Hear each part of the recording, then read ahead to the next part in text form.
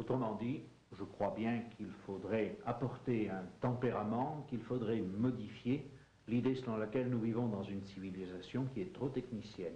Simplement, elle est mal technicienne.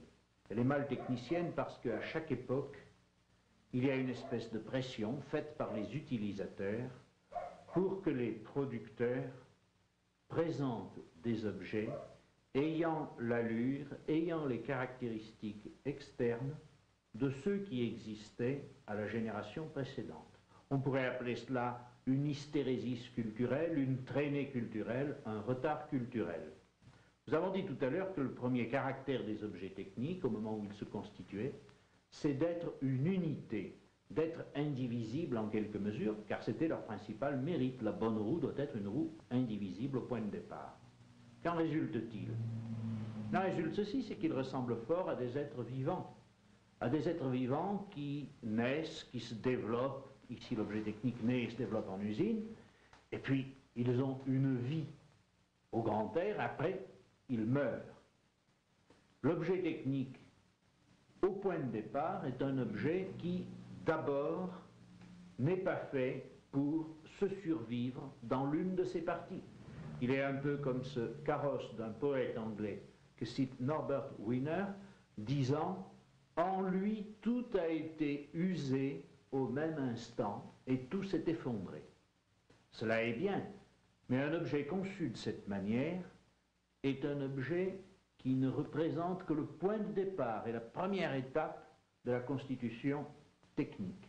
Après cela, le progrès technique consiste au contraire en ce que l'objet doit se diviser, se dichotomiser. Une part en lui, une de ses bandes latérales, s'adapte au monde extérieur, l'autre à l'utilisateur. Et à ce moment, une partie de l'objet a tendance à se pérenniser, l'autre change ou s'use et est destiné à être labile. Si l'on traite l'objet au moment où il devient dichotomique comme un objet où tout s'use en même temps et doit être jeté, il y a une erreur culturelle fondamentale. Par exemple, on change d'automobile dès qu'elle est démodée. Et là est le mal. Le mal, c'est le fait qu'à une époque déterminée, l'objet ne soit pas connu selon ses lignes essentielles, qui sont principalement ces lignes temporelles, ces lignes évolutives temporelles, ne soit pas connu comme il devrait l'être par les utilisateurs, ce qui pousse d'ailleurs les producteurs, volontairement ou involontairement, à envelopper l'objet technique d'une publicité ou d'apparence qui camoufle sa réalité essentielle. La troisième étape de l'objet technique est celle qui fait apparaître l'objet de réseau, c'est-à-dire un objet relativement simplifié.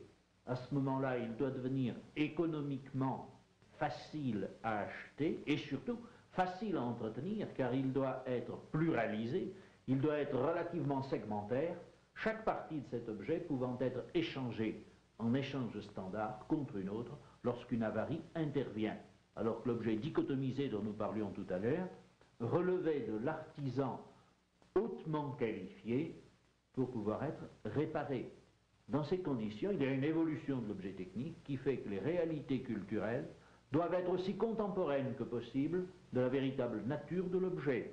Si elles représentent ce qu'était l'objet il y a 20 ans, elles conduisent à une consommation ostentatoire ou à une attitude erronée, finalement à une déception, alors on charge l'objet technique, on en fait le diable au fond, on le charge de tout ce qui va mal dans la société, alors que ce qui va mal, ça n'est pas que l'objet technique soit le mal et fasse aller tout le reste de travers, c'est simplement qu'entre l'homme et la chose, il y a un hiatus, une incompréhension, une espèce de guerre.